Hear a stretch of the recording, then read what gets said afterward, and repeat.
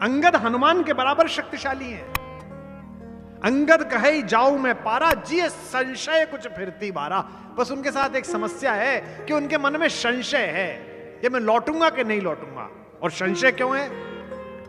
क्योंकि अंगद और रावण का पुत्र अक्षय कुमार एक ही गुरु के शिष्य हैं।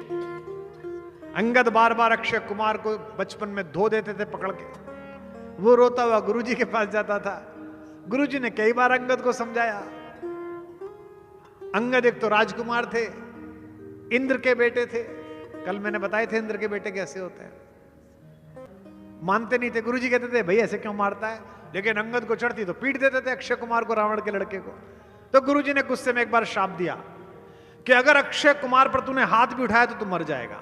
यही संशय उनके मन में था कि मैं गया और सामने अक्षय कुमार मिल गया तो इसलिए समस्या हो जाएगी। और रावण को भी यह पता था कि बंदर आया है तो अंगद आया होगा। इसलिए आपने देखना कि सबसे जिस दिन युद्ध होना था उससे पहली रात, युद्ध को हम अंतिम समय तक टालेंगे। युद्ध जिस दिन होना है उससे पहली रात्रि में भगवान ने कहा युद्ध परिषद में बैठकर, विभीषण एक बार फिर आपके भाई से बात की जाए क्या? मैं नहीं चाहता कल निरपराध लोग मारे जाएं। विभीषण ने कहा भगवान वो मानेंगे नहीं, मैं जानता हूं उनको, युद्ध अवश्यंभावी है। भगवान ने कहा नहीं, एक बार मैं प्रयास करके देखना चाहता हूं, भेज दीजिए, एक दूत भेज दीजिए। जैसे ही दूत का नाम हुआ हनुमान खड़े हो गए। सर, भगवान ने कहा नहीं तुम नहीं, तुम पिछली बार गए थे, बड़ा कष्ट हुआ उसको, ऐसा आदमी भेजो जिसे देख के वो प्रसन्न हो। तो अंगद से कहा गया तुम जाओ। अंगद ने जो वहां बात की है वो जैसे ही रावण को पता चला कि राम जी ने दूत भेजा है तो रावण बड़ा प्रसन्न हुआ। उसे लगा कि राम डर गए।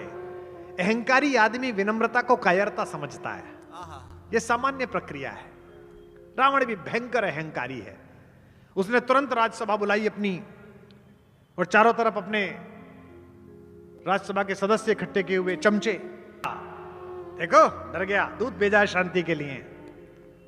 अब अंगद आके खड़ा हुआ, नीचे पैर में शनि देवता पड़े हुए हैं, नवग्रह सामने हैं। अहंकार में बोला कौन हो तुम? ने कहा जी मैं राम जी का दूत हूं। क्या नाम है? अंगद। किसके लड़के हो? कहा महाबली बाली का। तो जानता तो था, बाली 7 बार पीट चुका था इसे, यहां लगा के सागर में चक्कर मार चुका था। लेकिन चमचों से घिरा हुआ व्यक्ति अक्सर अहंकार में होता है। वो झूठे किस्से सुनाता है चमचों को, चमचे खुश रहते हैं। अरे ऐसा कर दिया था हमारे नेताजी ने एक बार। भाई साहब क्या बात कर रहे हो? सुत कहता बाली के। अंगद से बता को बाली? कौन बाली? तो अंगद मुस्कुरा के बोला न जानिए, याद नहीं आया? वही बाली जिन्होंने आपको 7 बार मारा और सागर के चक्कर लगा। मैं उन्हीं का बेटा हूं अंकल जी। सागर कैसे तरे हो, समुद्र कैसे पार करा, कितना बड़ा काम। अंकल बोला इसमें क्या है? जैसे गोपद, जैसे गाय कीचड़ में पैर रखती थी, बच्चा पार कर देता, ऐसे पार कर लिया।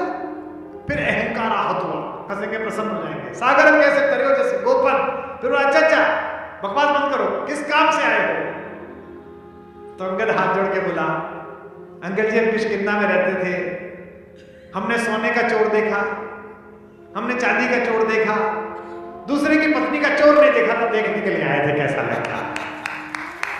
सीता के चोर को देखा। हमने अहंकार में कहा मूर्खता की बात मत करो, मुझे याद आ गया तुम मेरे दोस्त बाली के बेटे हो। बेटा तुमसे कह रहा हूं ये राम वाम सब ये वनवासी हार जाएगा, इसे मैं मार दूंगा, मेरी तरफ आ जाओ बच जाओगे।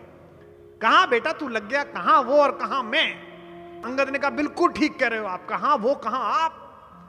तो तुरंत उसने चमचों की तरफ देखा कि देखो मेरी तरफ आया। बोला सभा को बताओ कि मुझ में और उसमें क्या अंतर है तपस्वी में। अब अंगद तपस्वी राम जी में और रावण में अंतर बता रहा है और क्या सभा में आनंद आ रहा है। बोला अंकल कहां वो कहां आप? उनका एक बंदर पूरे समुद्र पार कर गया, कहां वो? बनरा, उनका बनरा सिंधु पार कर गया, और आप पर उनके भाई की खींची हुई धनुष की रेखा पार ना हुई, कहां वो कहां आप? दोनों में बहुत। उसने कहा उन्होंने जो बंदर भेजा था आपके पूरे खानदान पे वो ना बंधा, और उन्होंने समुद्र को बांध के उस पे बाट बना दी, मार्ग बना दिया, कहां वो कहां आप? की पूंछ पर पूरे खानदान का तेल डाला तब उसकी पूंछ न जली, और उस अधजली पूंछ ने आपकी लंका जला दी। कहां वो, कहां।